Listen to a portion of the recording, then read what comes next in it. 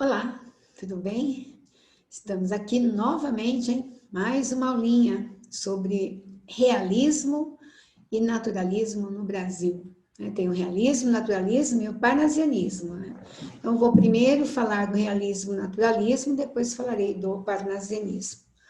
E o contexto histórico, ele vai contar a partir do momento que aparecer a primeira obra realista, né? E aí é 1881, com a obra Memórias Póstumas de Brás Cubas, Machado de Assis, e no mesmo ano foi publicado Mulato, do Aloysio Azevedo, autor também de outros livros importantes aí, como Cortiço, Casa de Pensão, né? E uma série de romances, né, folhetinescos aí, que ele também é autor. E o Machado também, mas já tem vários livros realistas, e também a primeira fase da obra dele, que é uma fase de folhetins, né, de obras românticas, né, que a gente não pode negar isso. Né? Mas o realismo, ele chega ao Brasil num contexto bem interessante. Né? Nós estamos aí ainda no governo de Dom Pedro II, né, que é o imperador, né, e vamos caminhar para a República. A República ela virá em 1889, nós estamos em 81. A República ela vai chegar, né, pelo crédito, né, do próprio Partido Republicano Paulista. Né? Ele era constituído aí pela burguesia, né? E eles vão, por meio da economia cafeeira, ganhar muita força. Né? E aí vão decretar a proclamação da República, dia 15 de novembro de 1889. O primeiro presidente vai ser o Deodoro da Fonseca. Muito bem. Qual é, né, o outro ponto interessante aí, né? Em relação a um outro fato, um ano antes da proclamação da República, que foi definitivamente, né, a abolição da escravatura. Nós temos algumas datas aí, como 1885, né, 1887, né, 87, por exemplo, a lei do ventre livre, né? Em 85 foi aprovada também uma lei para liberar, né, as pessoas com mais de 60 anos, né? Mas os negros viviam tão pouco, né? Eles trabalhavam em trabalhos, em serviços tão duros, né? Que eles viviam 30, 40 anos, né? Então foi um negócio, né, que não tinha muito a ver. Né? E aí, finalmente, em 1888, tem-se definitivamente a abolição. Uma curiosidade, o primeiro estado a fazer a abolição foi o Ceará, e depois, em 88, definitivamente todos foram obrigados, né, a fazer aí a proclamação. Nós temos mais um autor que é representante desse período também, Raul Pompeia. Então, são 3 autores, o Machado, o Aloysio e, posteriormente, o Raul Pompeia, que vão trabalhar com temas sociais, universais, é claro, né? Não é ainda um tema tão específico, né, como nós vamos ter aí no modernismo, né, o romance regionalista, né, nós vamos ter aí o romance de tese, né, o romance ainda de caráter universal, que fala das questões do homem. Né. E aí, para abrir vamos dizer assim, a aula, né, eu vou falar do primeiro representante, que é o Machado de Assis. E aí, na sequência, eu aponto as características e comento as obras mais importantes. Né? E depois a gente vai gravar a aula com Memórias Póstumas, o Quincas Borba. Vou pegar as duas, né? Não vou gravar aí em tempo hábil o Dom Casmurro, vou indicar o seriado, né, que foi apresentado aí pela Rede Globo, que é maravilhoso, né? Vou indicar para vocês. E, posteriormente, vou trabalhar com o naturalismo de Aloysio Azevedo. Vou gravar também aulas do Mulato, mais rapidamente, do Cortiço, para vocês entenderem, né, o processo de mudança, né, que vai ocorrer no Brasil a partir desses dois fatos aí, né, que vinham caminhando e agora aconteceram, que é a abolição e a proclamação da República. São os dois motivos maiores. Agora, nós não podemos esquecer que nesse período, né, que ocorre a abolição, os negros foram abandonados, né? Eles conseguiram conquistar a independência deles, mas eles não conseguiram conquistar uma independência reta, né? Ou seja, com moradia, com emprego, com direitos, né? E o Brasil vai viver um período de imigração, né? Os italianos são 1,5 milhão no começo de italianos, né? E outras nacionalidades aí que virão para cá, e com a intenção de trabalho mesmo, quer dizer, vão tirar a oportunidade do negro, né? E ele vai continuar numa situação de marginalização, né? Então vai pegar subempregos, né? Ou trabalhar praticamente de graça, e a impressão que dá é que eles continuam sendo escravos, né? Agora, com uma lei assinada, né? Mas ainda totalmente dependente, né, das famílias que viviam. E aqueles que se libertaram das famílias, né, foram morar em morros, foram criados aí os cortiços, né, depois, posteriormente, as comunidades, né, que a gente tem no Rio até hoje, né? Então, não podemos esquecer disso, né, que é um fato bem interessante, tá? Bem, então vamos trazer aí a obra machadiana, né, como ele vai inaugurar, né, o movimento realista, naturalista, né, ele e o Aloísio. Então é interessante que falemos deles, né? E para isso eu vou compartilhar, né, a tela, né, para facilitar também, ficar mais interessante, né, a aula aí, né? Então nós temos aí Machado. Ai, gente, peraí que eu fiz errado. Só um minutinho. Compartilhar. Fazer errado. Isso. Então, aí temos o Machado de Assis, a foto dele. Embora aí apareça que o Machado é um homem branco, ele não é um homem branco, né? Ele é bem mulato, é descendente de negro, o pai dele era negro, né? Machado tem defeitos como qualquer pessoa, né? Não é nem um deus, ele é sim um autodidata, um homem muito inteligente, mas Deus, nós não descobrimos que ele fosse, não.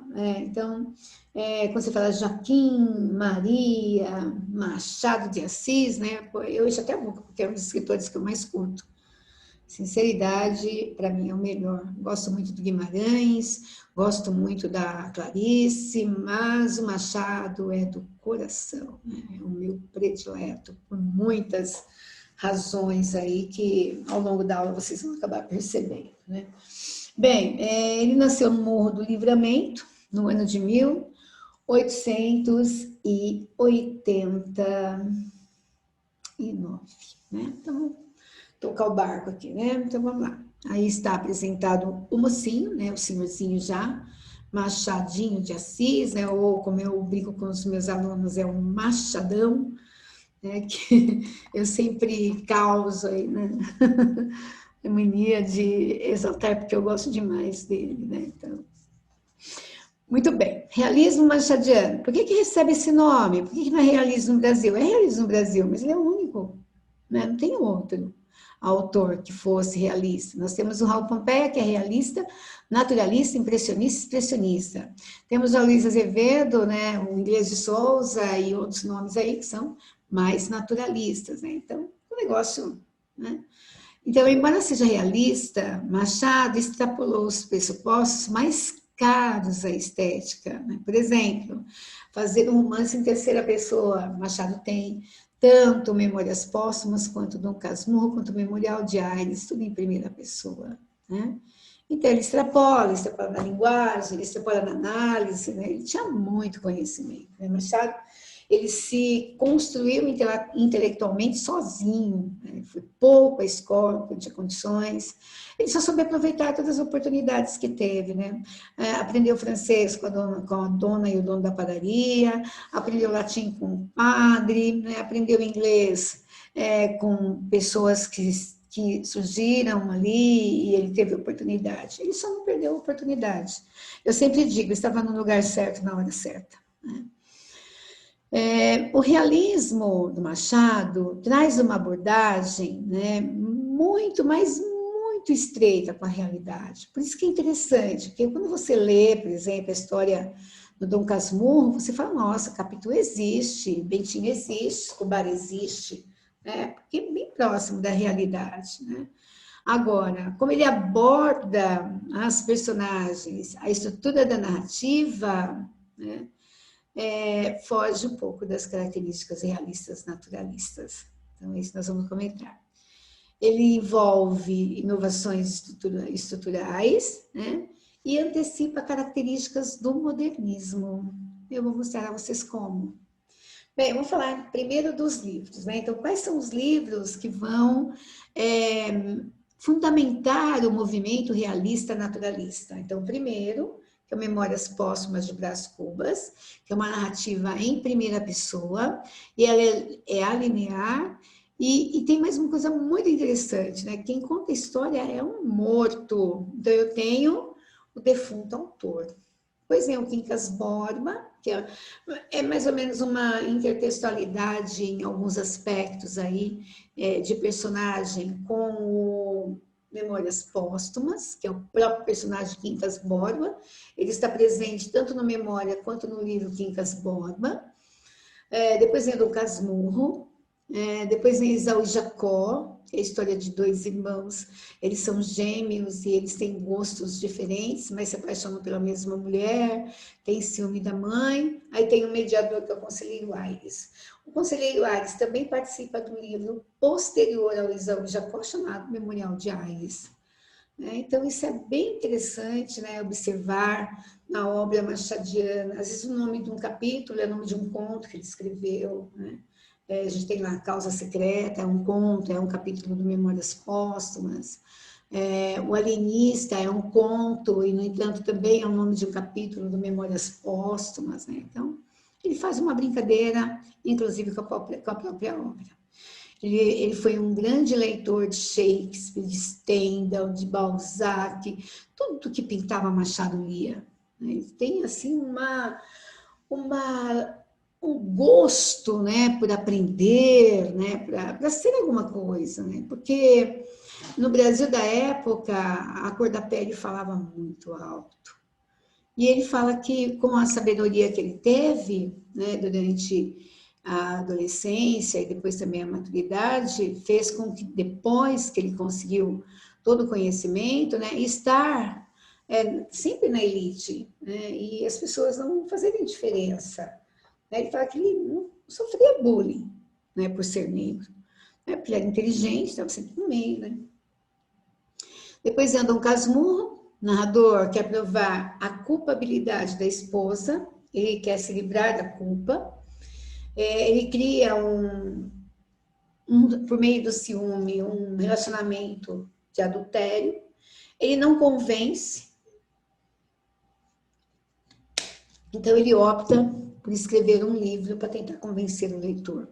Porque se ele for contar a história oralmente, ele não convence ninguém. E ele acredita que se ele escrever um livro contando a história, ele vai conseguir. Né? Aí tem o Bentinho, a Capitu e o Escobar. É o triângulo amoroso, né? O amigo, o marido e a esposa adúltera. Né? Depois é o Quincas Borba, que é um livro muito interessante, ele está na lista da FUVEST. Ele aborda a história do Quincas, que é um filósofo que aparece no Memórias Póstumas, depois ele vai também voltar para a terra dele, que é Barbacena, e lá ele vai encontrar o amigo Rubião, que vai ser o segundo protagonista do livro. Com a morte do Quincas, nós temos também o cachorro Quincas. O Quincas acreditava que poderia continuar vivo no cachorro, né? E aí vem a história do Rubião, Sofia e Cristiano Palha, né? Depois nós temos o Esaú e Jacó, Memorial de Aires, temos também os contos, né? Contos famosíssimos, como a Missa do Galo, o Alienista, a Cartomante, a Causa Secreta, Uns Braços, né? Fora aí as obras românticas, né? Então, a trama é muito intensa, né? Então, é uma trama psicológica, tanto no romance quanto no conto, e aí toda ela é envolvida em sensações interiores das personagens. Então tem muito o tempo da memória, né? Ou então estratégias, né, de conquista, estratégias de saídas, né, para determinadas situações. Nós sabemos que o segundo tempo do século XIX, né, ele é marcado pela Revolução Industrial. O Brasil não escapa disso, né? Vai começar a se industrializar, né? Mais no início do século, mas agora já começa, né?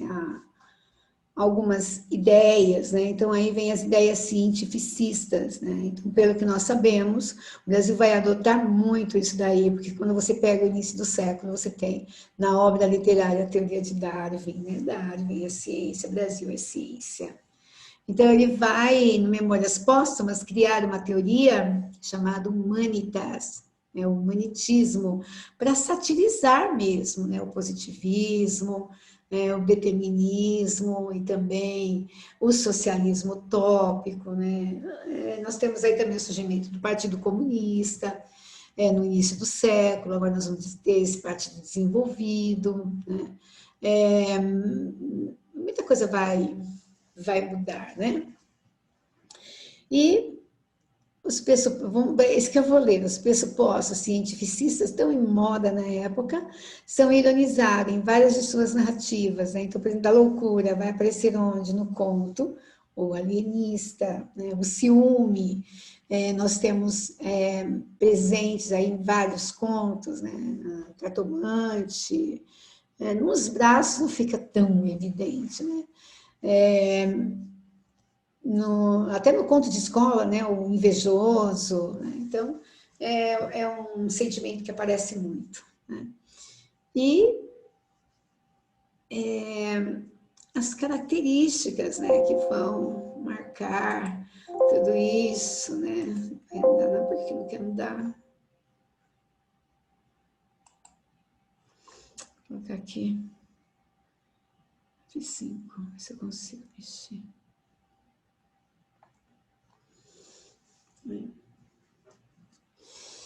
Aqui, né, é de girar, tá? Ele não estava girando porque estava fazendo errado. Tá? Então, essa parte nós já lemos, agora vem essa parte. As duas fases machadianas. A primeira fase, que é chamada de romântica, e a segunda fase, que é a fase realista, naturalista. Tá? Então, tem toda uma obra publicada nesse primeiro momento, uma obra romântica, de romances mesmo, né? Dando continuidade aí àquilo que o José de Alencar criou, né? O romance urbano, né? Passa tudo no Rio de Janeiro, e depois ele vai para a linha realista. Então, do mesmo jeito que eu tenho uma lista de livros na linha realista, né? Eu tenho uma lista enorme de livros na linha romântica, né? Porque o autor, José de Alencar, vocês viram aí em aulas passadas que ele fez os 4 tipos de romances. E o Machado, ele só vai imitar aí os românticos, né, no romance urbano. E aí vem A Mão e a Luva, Helena, Ressurreição, e aí a Garcia, né, são os romances românticos, assim como contos. Né? Nós temos aí Histórias da Meia-Noite, que é um livro de contos românticos. Né? Aí ele cita Miss Dollar, né? Que é um conto famoso aí do romantismo. Depois vem a fase realista, mais complexa, mais substancial, como está colocado aí, né? E aí nós também temos romances e contos, que se destacam. Aí os romances, eu vou repetir, né? Memórias Póstumas, de Brás Cubas, Quincas Borba, aí está na ordem, tá? Dom Casmurro, Esaú e Jacó, Memorial de Aires. E depois os contos, o Alienista, Cartomante, Uns Braços, Enfermeiro, Missa do Galo, né? Conto de escola, pai, mãe, pai contra mãe, né? Tem um monte de contos aí, tá? para vocês irem se familiarizando. Bem, agora vai começar assim, ó. Eu tenho uma aula aqui montada com cada romance. Eu tenho a Garcia, a Helena, a Mulher Luva, depois eu tenho todos os romances realistas. Então, eu só vou mostrar, tá? Eu não vou ficar contando as histórias. Depois, vocês, se tiverem curiosidade, leiam, né? Algumas eu vou indicar para vocês participarem, né? Bem, como que foi a fase romântica do Machado? Né? Os romances foram folhetinescos também? Foram. Né? Então, eu tenho lá um enredo linear, a estrutura é folhetinesca, é escrita para sair no folhetim por capítulos, né? E o elemento fundamental desse interesse aí pela leitura, né? Ele veio lá do período romântico, né? Da fase em que os romances foram falados, né? Que é a segunda metade do século XIX, e o romance romântico na primeira metade do século XIX. Né? Então, realista na segunda e o romântico na primeira. Já é possível perceber a propensão machadiana para esboçar caráter das personagens, então, análise psicológica, né? Isso não há no romance romântico. É um enredo muito embaralhado, mas, né, lógico, tá certo? E os elementos, né, os conflitos psicológicos estarão presentes. Então, a gente pretende aí que vocês aprendam a analisar por inteiro, né, personagem. Quais são as temáticas? O amor platônico, né, em termos de primeira fase, né, machadiana, o triângulo amoroso, sempre muito presente, tanto no romantismo quanto no realismo, né, e o interesse do autor, né, por essas histórias.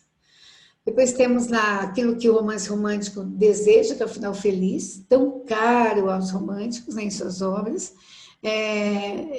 O desfecho, com o passar do tempo, ele vai travando, né? E os conflitos nem sempre se resolvem. O ideal é que se resolva, mas nem sempre se resolve, né? E às vezes, para dar solução, o autor propõe o suicídio da personagem, né? Ou então um acidente, né? E quebra minhas pernas, é porque eu gosto mesmo de ver o que poderia ser real, né? Não uma coisa criada, assim, né? Então, tanto o final feliz, tão caro aos românticos em suas obras, né? Desaparece e dá lugar à solução satisfatória dos conflitos de ordem sentimental. Certo? Então, aí está o romantismo, né? Não foge muito. Agora vem os romances dessa primeira fase aí. Então, quais são as características? Aí eu vou ler para vocês, tá? Aí eu vou explicando, lendo e explicando. Eles não possuem densidade psicológica, então é bem raso na hora de analisar o comportamento da personagem, porque eles são planos, né? Eles não constituem um modelo como a gente, né? Eles são criados, né, pelo gosto do autor. Ainda não são complexos, apresentam-se lineares, os enredos ainda são motivados, né, pela saída, né, um pouquinho aí, quando se pensa em termos atuais, né, de pandemia. E no Machado eles são constituídos com muita ação, então são chamados romances de ação. Eles ainda possuem a estrutura de folhetim, não foge, aqueles capítulos que o narrador vai surpreendendo, né? E aí é sempre estruturado em torno de uma história de amor, mesmo que esse amor seja, na realidade, platônico, né? Percebe já a tendência do narrador, os comentários, as direções de ordem psicológica. O Machado tem mania de interromper a narrativa e comentar algo que ele esqueceu na narrativa ou algo que foi parecido, né? E ele quer comentar. Isso pode esquecer porque ele acabou não vendo, né, a necessidade em se preocupar.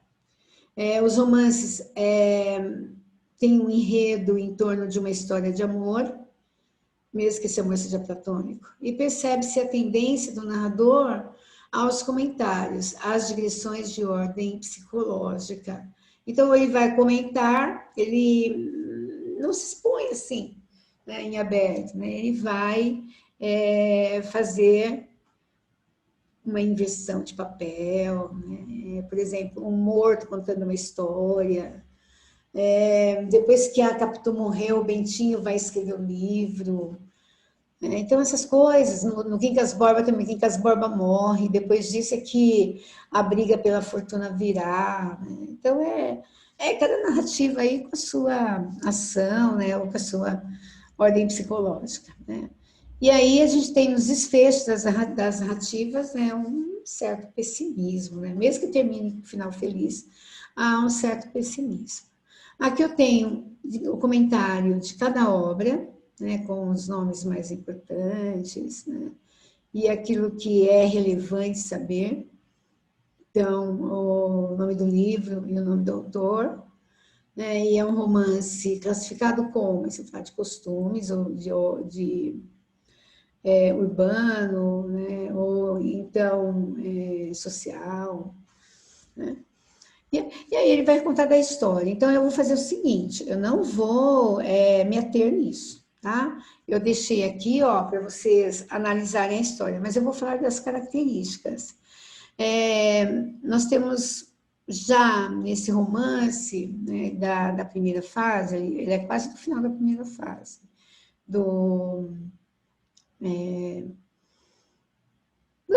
daquilo que o material trouxe, né?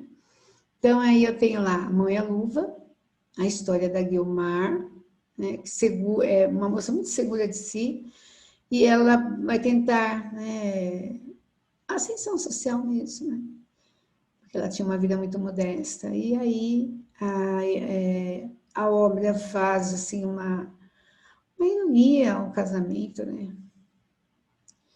E aí não termina direito, né? Então, aí você vai ter o final trágico. E também tem as personagens com certo grau de complexidade psicológica. A Guiomar, que é a heroína, tem a vida à sua volta, três pretendentes, Esteban, muito sentimental, Jorge, calculista, Luiz Alves, ambicioso. A estes três junta-se a baronesa, cuja proteção encontra-se na órfã Guiomar, e a inglesa, a Miss Oswald, dama de companhia. Por que eu li isso? Né? Porque eu não vou trabalhar na prova com detalhes.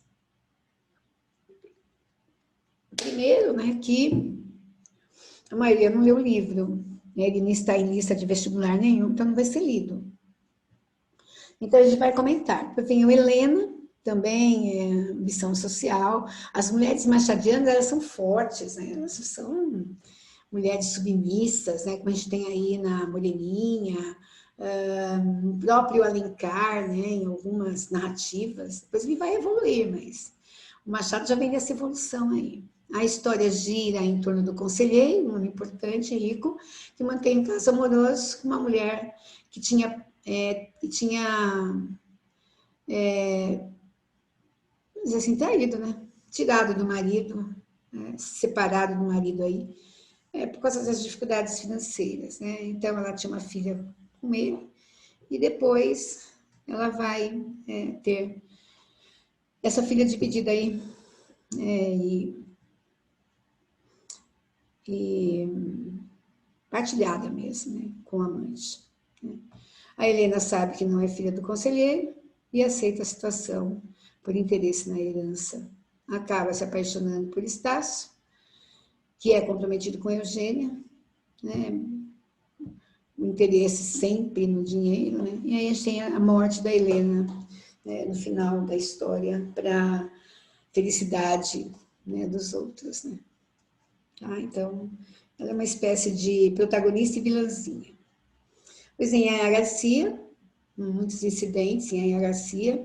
O romance dá também de um conflito social entre as classes, aproveitando aí o Jorge, que é da alta sociedade, a Estela, uma jovem pobre, e a Yaya funciona como observadora dos fatos, que vai desenrolar a história.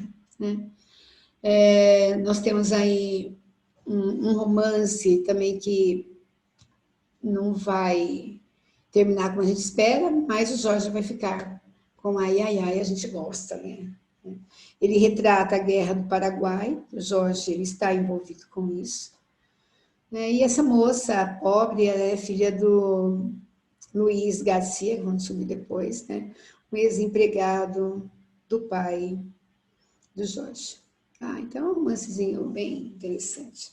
Depois vem as obras realistas, né? Então, nós temos aí, repetindo, né? Memórias Póstumas, Quincas Borba, Dom Casmurro, Risaldo Jacó. Memorial de Aires não é bem uma obra realista, é uma obra de memórias.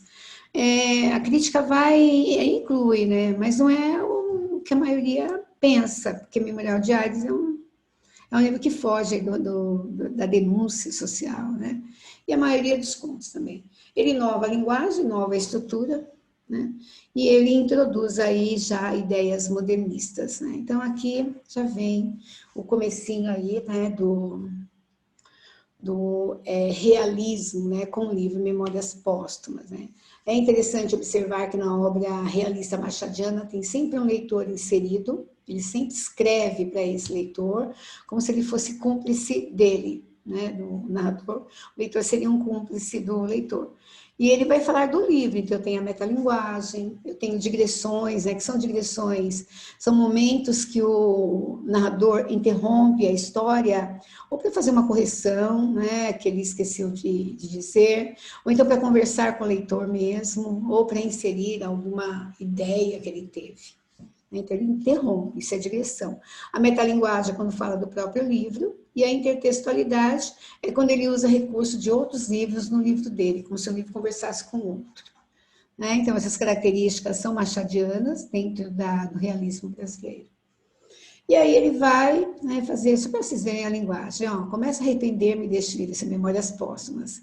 Não que ele me canse, eu não tenho que fazer, realmente expedir alguns magros capítulos para esse mundo, sempre é tarefa que distrai um pouco a eternidade. Ele é morto, né? Mas o livro enfadonho, por que ele fala isso? Porque o leitor, que está incluso aí, ele era acostumado com romances românticos. E o romance realista, né, ele é enfadonho mesmo, né? Porque não é história de amor, pelo contrário. É um livro pessimista, a característica do Machado é pessimista, né? E chega a sepulcro, porque ele é morto, né? Traz certa contração cadavérica, vício grave, aliás ínfimo, porque o maior defeito deste livro és tu, leitor. Tu tens pressa de envelhecer, que é o tempo, né? O leitor, ele tem o tempo, né? Contra ele, né? Ele vai caminhando para a morte. O autor, ele não tem mais esse tempo. O tempo para ele não passa mais, porque ele já morreu, né? Então, tu tens pressa de envelhecer, é a forma de dizer que o tempo passa, né? E o livro anda devagar. Tu amas a narração direita e nutrida, o estilo regular e fluente, e este livro e o meu estilo são como os ébrios, guinam à direita e à esquerda, andam e param, resmungam, urram, gargalham, ameaçam o céu, escorregam e caem.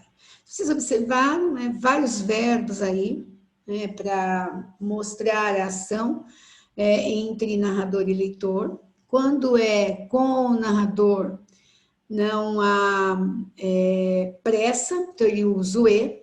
Quando ele fala do leitor, ele tira o e. Né? Então, aí eu tenho o polissíndeto e o assíndeto.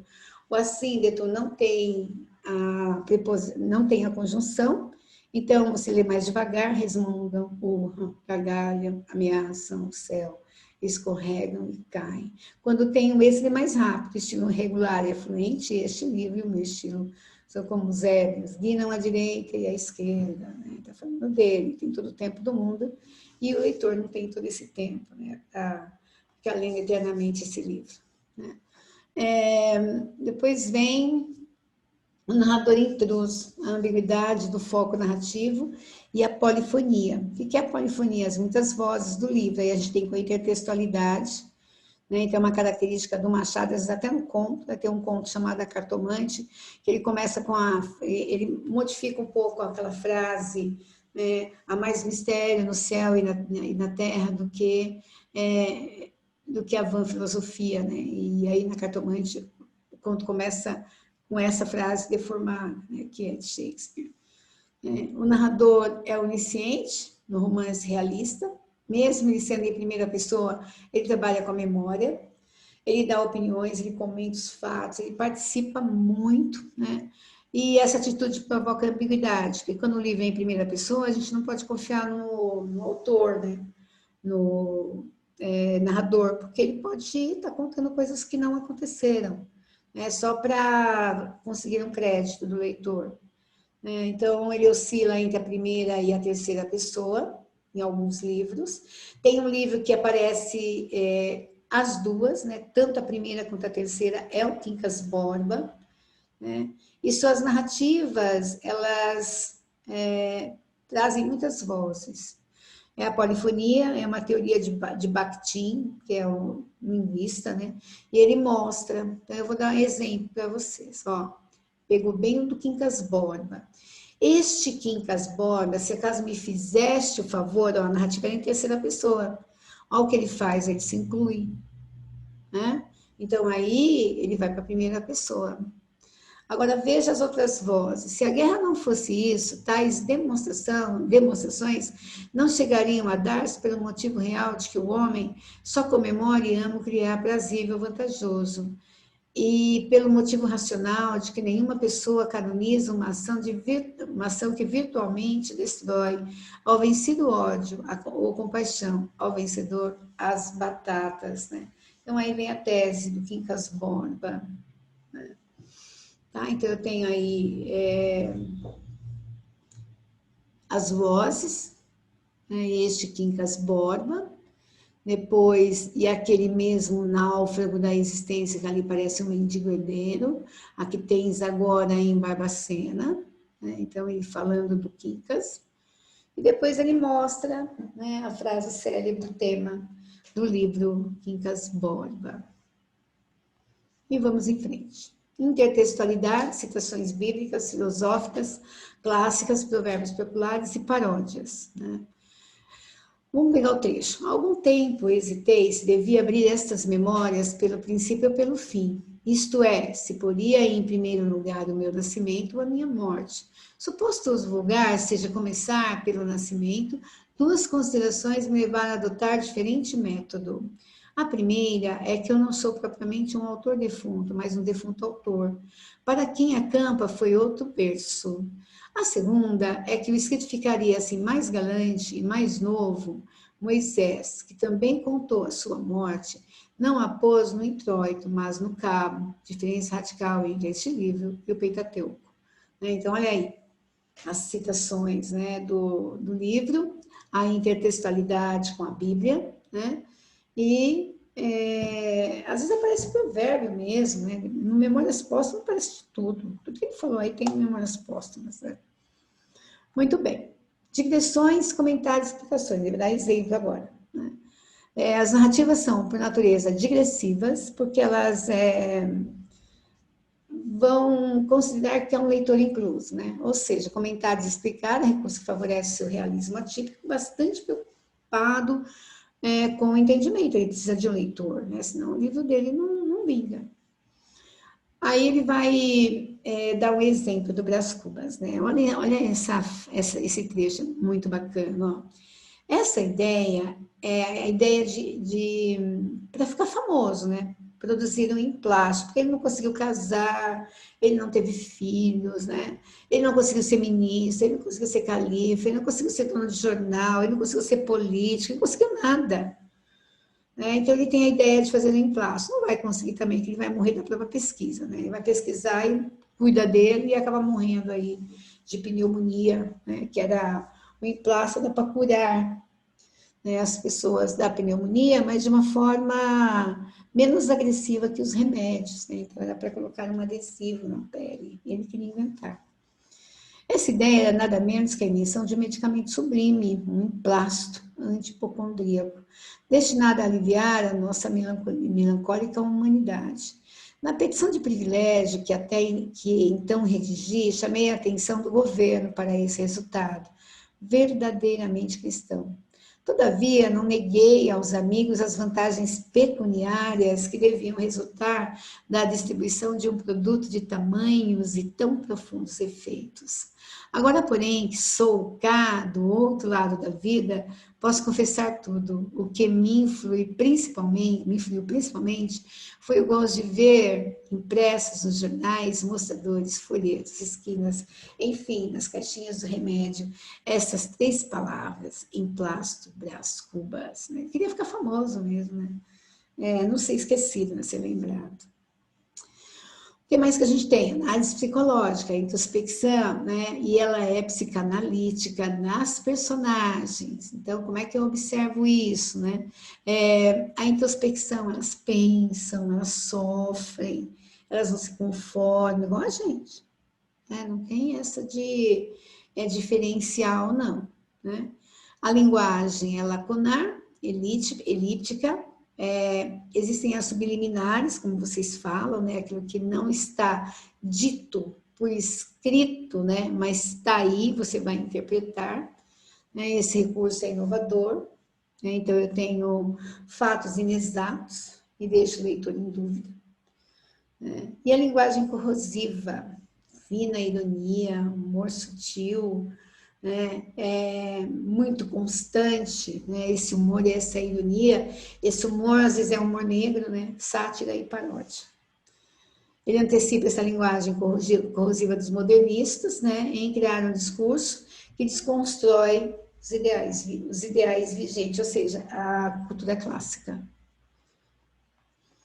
Metalinguagem, já falei, mas veio de novo, né? Aí eu tenho o narrador falando do próprio livro. Quebra da estrutura linear, enredo não linear, começa da morte. No Dom Casmurro está velho. No Quincas Borba, ele já recebeu a herança, o Rubião já recebeu a herança, né? Então, são romances alineares, né? Sempre vem aí o flashback. Capítulos curtos, microcapítulos digressivos, né? Ele trabalha com capítulos curtos, por quê? Porque ele trabalha com um romance de tese. O romance de tese é um romance dissertativo, né? Dissertativo argumentativo. A história serve como fundamento para análise. Quebra da verossimilhança. A verossimilhança é aquilo que é semelhante à verdade. Né? Então, há livros que têm elementos irreais, como um morto escrevendo um livro. A fusão da objetividade e subjetividade, isso acontece tanto no Dom Casmurro, quanto no Quincas Borba, quanto no Memórias Póstumas. Né? Eles são fatos, né, que aparentemente são objetivos, né? E, na verdade, a personagem não é. A temática machadiana. Adultério, ambiguidade feminina. Então, o adultério, ele quer mostrar a infidelidade amorosa, porque os romances românticos trabalhavam com final feliz na maioria, e a sociedade era paternalista. E quem escolhia os maridos eram os pais. Né? Então, fica difícil, né, ser feliz assim. E aí ele satiriza tudo isso. A ambiguidade feminina, ele cria perfis de mulheres, né, dissimuladas, interesseiras, ardilosas, né, perspicazes. Né? Então, Capitu, Virgília, Sofia, Conceição na Missa do Galo, Dona Severina de uns Braços e Rita da Cartomante. De todas elas, a pior de todas é a Sofia. Nossa, Sofia é uma cobra. A Sofia é do Quincas Borba. Ao contrário do que se pensa, Machado não dá a essas mulheres um conceito negativo, muito pelo contrário, né? Mas uma atitude de defesa diante de uma sociedade machista e patriarcal. A hipocrisia, a perfídia, a dissimulação e o interesse. Então, a dualidade do ser humano, a contradição, ser e parecer. Então, tem a essência e a aparência. Né? É uma característica de toda a obra machadiana. E a análise do comportamento do homem, só que ele fala análise da alma humana. Eu não tenho a visão idealizada, nem do homem nem da mulher, muito pelo contrário. Né? Eles já são contraditórios por si só, porque nós somos contraditórios, né? E aí as atitudes da aparência, elas superam as atitudes da essência. Tem um conto que mostra muito isso, é o espelho. Depois eu conto, porque ele está na lista da Unicamp. Para Machado, o homem tem inclinação a ser mau caráter. Né?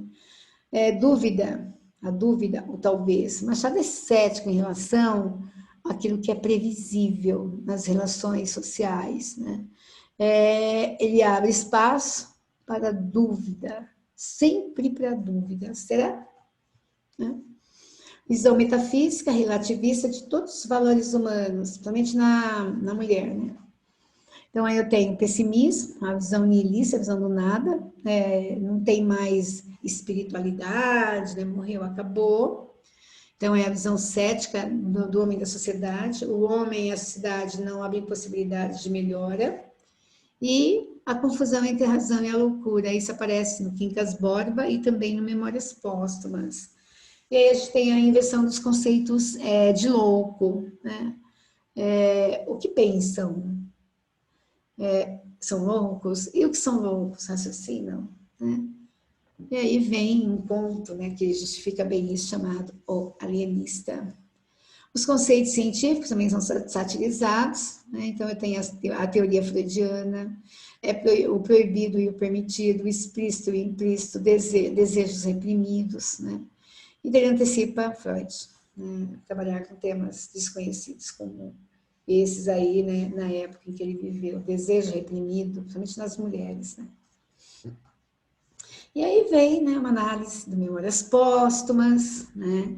Depois vem o Quincas Borba, né? Ó, tá vendo? Aí eu vou fazer isso separadamente, senão a aula fica muito cansativa e vocês vão sentir sono, tá? Então, só para mostrar aí para vocês, que depois nós vamos analisar.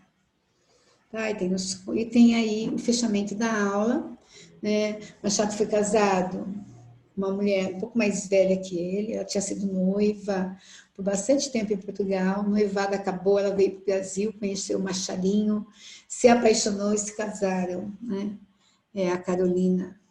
E ele escreveu um soneto para ela, né, na morte, ele tinha um sonho de escrever esse soneto aí, que é um soneto camoniano, que o Camões escreveu para a Dinamene, aquela chinesinha, né, que ficou morta no naufrágio, né? E ele fez, né, depois que ela morreu. A Carolina ela morre em 1904 e o Machado morre em 1908. Ele não conseguiu ficar sem ela. Então, ó, Carolina Augusta Xavier de Novaes, esposa de Machado de Assis, né? Ela foi enterrada no cemitério São João Batista. Esse soneto ele está no túmulo dela. Tá? Carolina, querida, ao pé do leito derradeiro, em que descansas dessa longa vida, a que vem e virei, pobre querida, trazer-te coração do companheiro. Pulsa-lhe aquele afeto verdadeiro, que a despeito de toda a humana lida, fez a nossa excelência apetecida, e num recanto o seu mundo inteiro. Trago-te flores, restos arrancados da terra que nos viu passar unidos, e ora mortos nos deixa e separados. Que eu, se tenho nos olhos mal feridos, pensamentos de vida formulados, são pensamentos idos e vividos. Quer dizer, esqueci de você, né? Eu ainda sou seu companheiro, né? Mesmo depois da morte. Aquele afeto, se você pudesse sentir, você saberia que aquele afeto que tinha por você ele ainda está em mim, é mesmo com a sua morte. E ele vai continuar em toda a minha existência. E levarei isso para o mundo inteiro. Trago-te flores, só que, na verdade, nem as flores superam a nossa separação. Eu tenho os olhos mal feridos, quer dizer, lágrimas, né? Estou entristecidos, lembrando de tudo que nós vivemos, porém, são pensamentos idos e vividos, né? Volta uma vez, né? Tá? É passado. E aí, a gente termina esses slides, certo? E aí, na próxima aula, vocês terão o Memórias Póstumas, depois o Quincas Borba, né? E eu vou indicar para vocês, né, a série do Dom Casmurro, porque não dá tempo de gravar tanta aula. Se eu puder, eu até gravo. Tá? Vai depender muito da situação, tá? Então, aguardem aí as próximas aulas. Obrigada.